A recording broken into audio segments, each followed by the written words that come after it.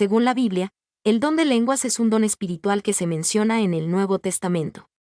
En 1 Corintios 12, 7-11, se habla de los dones espirituales y se menciona el don de lenguas como uno de ellos.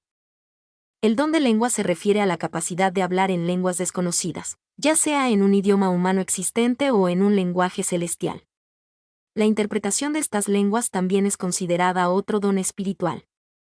En cuanto a si este don es para todo creyente o solamente para algunos, hay diferentes interpretaciones entre las denominaciones cristianas.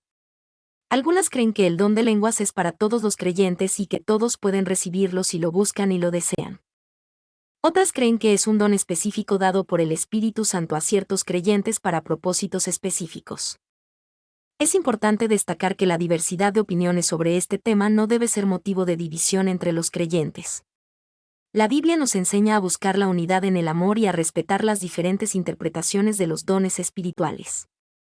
Es cierto que en los Evangelios no se menciona específicamente que Jesús hablara en lenguas desconocidas. Sin embargo, es importante tener en cuenta que el don de lenguas mencionado en el Nuevo Testamento se refiere principalmente a la capacidad de hablar en lenguas desconocidas para la persona que las habla. Jesús, como el Hijo de Dios, tenía una relación única con el Espíritu Santo y poseía todos los dones espirituales en plenitud. Aunque no se mencione específicamente que hablara en lenguas, es posible que Jesús haya utilizado este don en su ministerio, pero simplemente no se registró en los Evangelios. Además, es importante recordar que los dones espirituales son dados por el Espíritu Santo según su voluntad y para los propósitos que Él determine. No todos los creyentes tienen los mismos dones, y eso incluye el don de lenguas. Cada creyente tiene dones diferentes y todos son importantes para el funcionamiento del cuerpo de Cristo. En el día de Pentecostés, descrito en el libro de los Hechos de los Apóstoles en el Nuevo Testamento, se relata que los discípulos de Jesús fueron llenos del Espíritu Santo y comenzaron a hablar en lenguas desconocidas para ellos.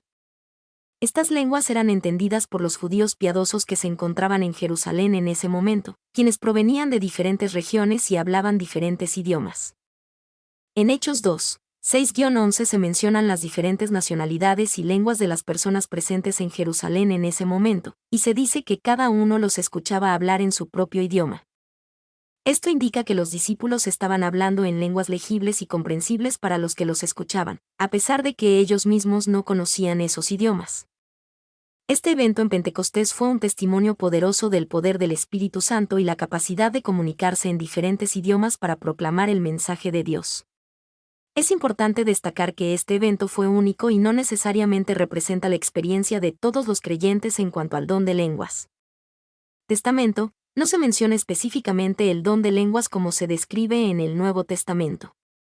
Sin embargo, hay algunos pasajes que pueden relacionarse con la idea de la comunicación en diferentes idiomas o la capacidad de hablar en lenguas desconocidas. Por ejemplo, en el libro de Génesis, se relata la historia de la Torre de Babel, Génesis 11, 1-9. En este relato, se dice que toda la humanidad hablaba un solo idioma, pero debido a su rebelión contra Dios, Él confundió sus lenguas y los dispersó por toda la tierra. Esto puede interpretarse como una forma de comunicación en diferentes idiomas. Además, en el libro de Isaías, hay referencias a la lengua de los asirios y a la lengua de Egipto como señales de juicio y castigo de Dios. Isaías 28 horas y 11 minutos. Isaías 33 horas y 19 minutos. Estos pasajes pueden interpretarse como una forma de comunicación en lenguas desconocidas o extranjeras como parte del juicio divino. Aunque no se menciona explícitamente el don de lenguas en el Antiguo Testamento, algunos estudiosos ven estos pasajes como prefiguraciones o anticipaciones del don de lenguas que se manifestaría en el Nuevo Testamento. El apóstol Pablo habla sobre el don de lenguas y su uso en la Iglesia en su primera carta a los Corintios. En 1 Corintios 14, 27-28, Pablo dice, si alguien habla en lengua desconocida, que hablen 2, o a lo más 3, y por turno, y que haya intérprete. Pero si no hay intérprete, que guarde silencio en la iglesia, y hable para sí mismo y para Dios. En este pasaje, Pablo enfatiza la importancia de tener un intérprete presente cuando alguien habla en lenguas desconocidas en la iglesia. Sin un intérprete, el mensaje no puede ser entendido por los demás y, por lo tanto, no edifica a la iglesia.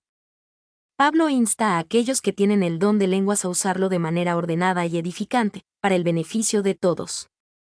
Pablo también señala que el don de profecía es más deseable que el don de lenguas, ya que la profecía edifica a toda la Iglesia al ser un mensaje claro y comprensible para todos. Sin embargo, esto no significa que el don de lenguas sea insignificante o sin valor. Pablo simplemente está enfatizando la importancia de su uso adecuado y ordenado en el contexto de la Iglesia. Es importante tener en cuenta que las enseñanzas de Pablo sobre el don de lenguas y su aplicación en la Iglesia se encuentran en un contexto específico y se refieren a situaciones particulares en la Iglesia de Corinto. Cada iglesia y comunidad cristiana puede tener diferentes enfoques y prácticas en relación con el don de lenguas. Si tienes más preguntas o necesitas más información, estaré encantada de ayudarte. Mi nombre es Demim. Soy tu asistente personal.